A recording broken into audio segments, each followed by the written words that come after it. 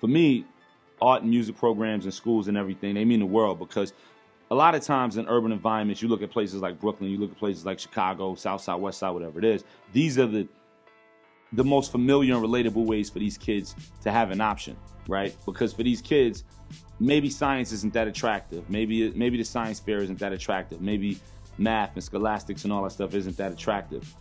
But art is, whether it's painting, playing an instrument, film, whatever it may be. And I'm not saying every kid coming from the neighborhoods that I'm from have to go into that. We definitely could use more doctors and lawyers and different things of that nature coming from our neighborhoods. But when you're trying to plant that seed and get something to grow and turn them away from what's outside the window and turn them away from what's down the block and around the corner, sometimes you got to go with the familiar and the more relatable.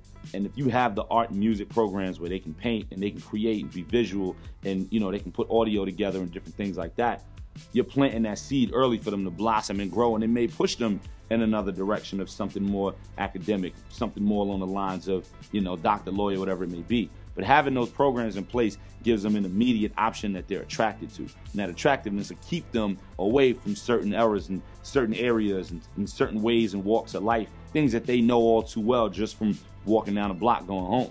So for me, I feel like they're detrimental. They're extremely important. And it's sad that it's not as prevalent as it should be in the American school system, you know. In certain neighborhoods, certain places, should be mandatory, you know. Not for it to be an easy class or an easy A, but for it to really be another way out, just a way to spend time. I mean, if you got after school programs that go from 3 to 5 when school is over and you're teaching kids how to play the piano and they from the South Side or they from wherever, that's 2 hours that they could not be out there serving a rock, or they could not be out there learning how to load up, or they could not be out there learning how to jig somebody, you know. Like, it means a lot, you know. It just sucks that the people in power aren't from these neighborhoods and don't look like us, so they don't know how much that means. Or they do and don't care because it's all in their design to keep it that way. But that's another conversation we could go on for a long time.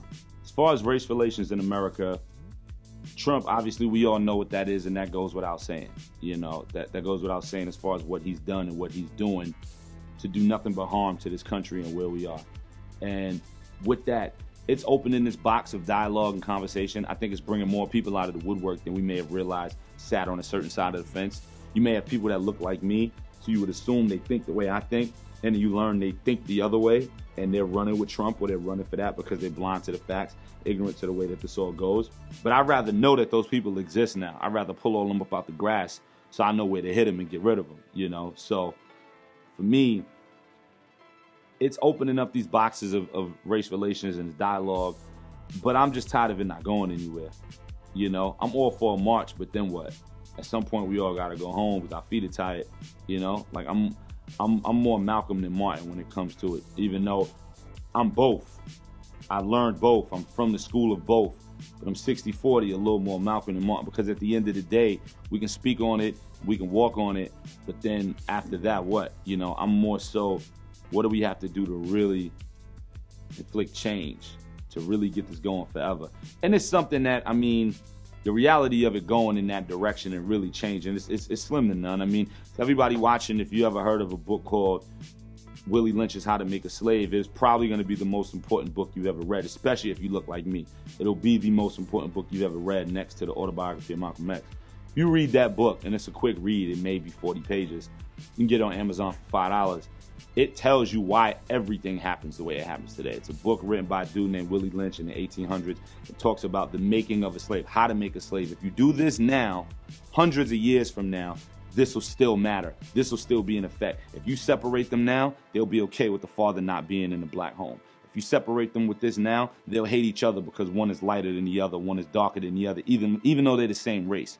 If you start doing this now, it'll go on for eons and for eternity. Where we're no longer here, who created and made these slaves, it'll go on like this forever. This is a law that you can put. It's like saying, if you hold a ball, if you put your left hand here, your right hand here, and you snap your wrist, that shot is going. That shot is water every trip. If you snap your wrist and you elevate and you snap your wrist, that shot is cash. It's the same thing where it doesn't matter how much time passes, the rule won't change. Willie Lynch's How to Make a Slave, man, the making of a slave, it's insane. So you get on things like that and you realize how long this road is, you decide from there, you know? But knowing is everything.